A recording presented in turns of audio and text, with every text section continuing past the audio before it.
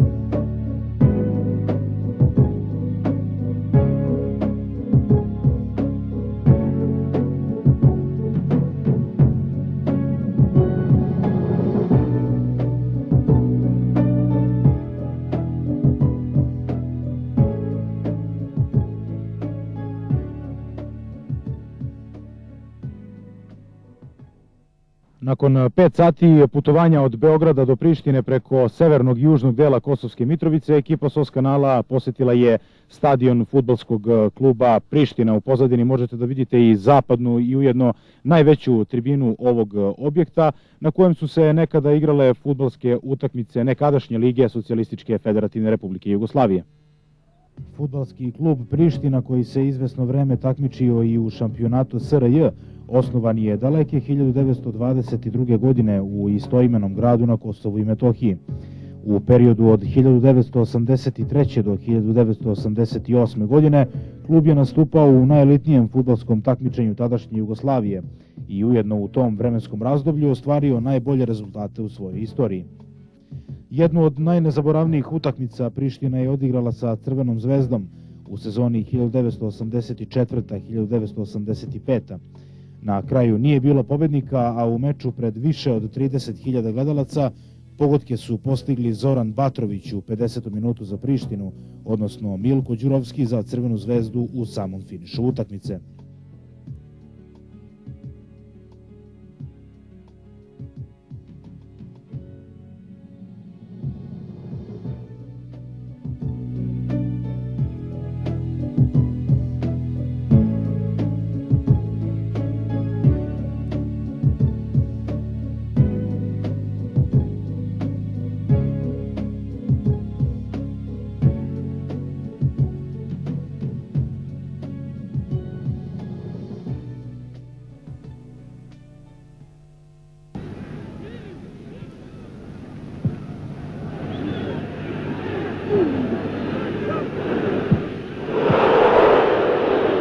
Početkom drugog poluvremena Priština je diktirala isti tempo kao i u prvom.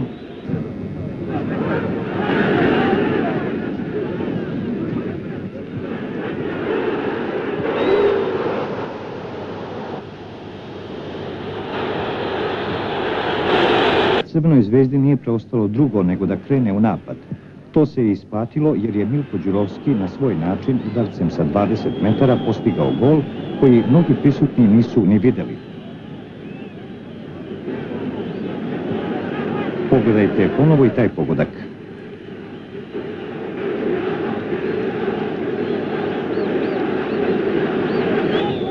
Domaći zaslužuju čestitke za veliku bespoštednu i fer igru u kojoj je sudija Bezjak dodelio 4 žuta kartona. Zbog 2 žuta kartona u toku igre, Milko Đurovski je minut pre kraja igre isključen. Sve u svemu bila je to velika fudbalska predstava koja je zadovoljila i najveće probirače fudbala. Za beogradski tim, koji je tada na kraju šampionata zauzeo 4. poziciju, nastupali su Marko Elsner, Sulejman Halilović, Boško Đurovski, Mitar Mrkela, Đorđe Milovanović, Milan Janković, Milko Đurovski, Dragan Miletović, Miroslav Šugar, Miodrag Krivokapić, Zlatko Krđević, Živan Ljukovčan, Milan Jovin, Jovica Nikolić, Miloš Šestić, Rajko Janjanin, Tomislav Ivković, Zlatko Krmpotić, Zoran Dimitrijević, Zoran Banković, Nedeljko Milosavljević, Nebojša Bandović, Radoslav Žugić, Konstantin Đurić, Ranko Đorđić, Ljubiša Stojanović i Vladan Stošić. Sa druge strane, za ekipu Prištine igrali su jedan od najboljih fudbalera te sezone, Zoran Batrović, Radojko Stevanović, Zoran Martinović, Goran Pupovac, Kosta Lalić i ostali albanski fudbaleri.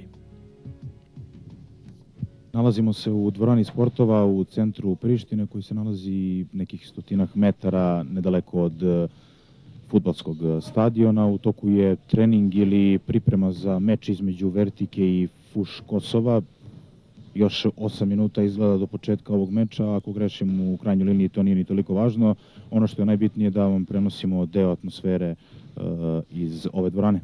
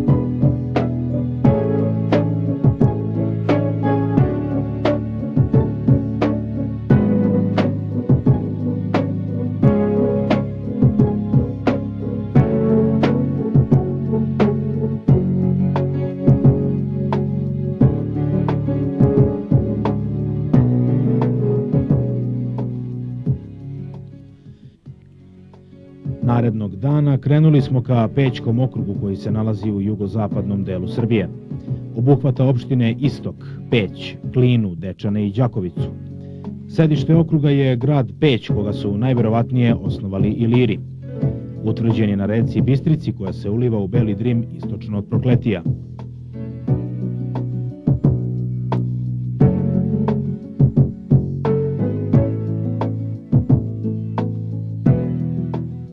Za vreme Rimskog carstva grad Peć se nazivao Pestium, a istoimeno naselje pominje se još 1302. godine kao sedište Srpske patrijaršije.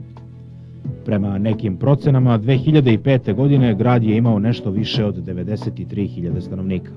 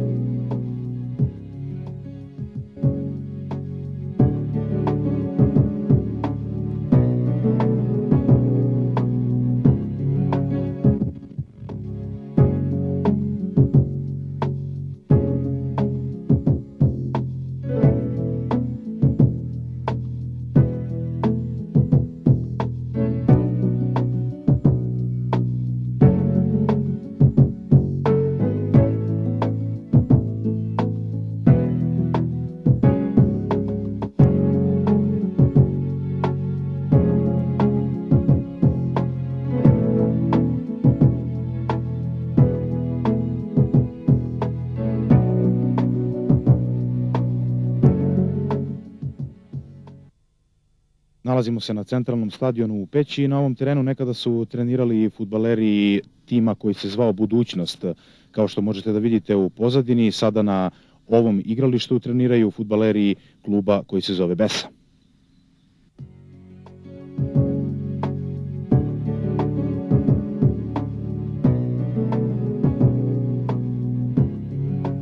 Fudbalski klub Budućnost iz Peći osnovan je 1926. godine i nikada nije bio član nekadašnje prve lige SFRJ. Njegovi članovi bili su pretežno predstavnici radničke omladine Peći i okoline. Prvih nekoliko godina klub je nosio naziv FK Radnički, međutim predratni policijski režim zabranio je da klub nosi ovo ime, sputavajući ujedno njegovu aktivnost i delatnost.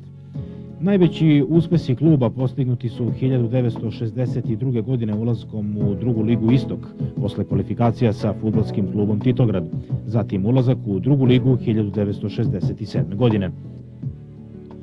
Klub je nekada brojao 35 članova Saveza komunista Jugoslavije, a ostali članovi bili su pripadnici socijalističke omladine Jugoslavije.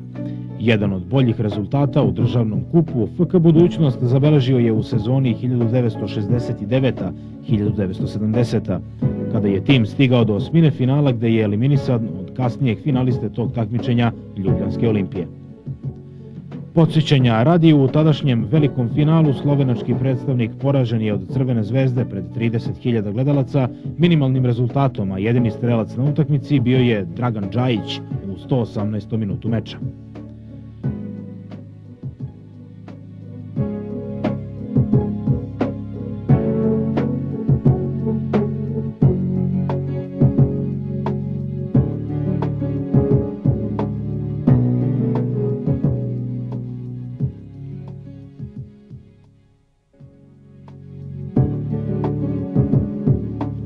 Kroz fudbalski klub Budućnost iz Peći do sada je prošlo više od 1000 igrača, a najbolji fudbaler i strelac bio je Dobrivoje Babarogić. Pored Babarogića u Peći su uspešne fudbalske karijere ostvarili mnogi srpski sportisti poput Strikovića, Rajičevića, Popovića, Dabetića, Žarića, Šantića, Popovića, Međedovića i mnogih drugih.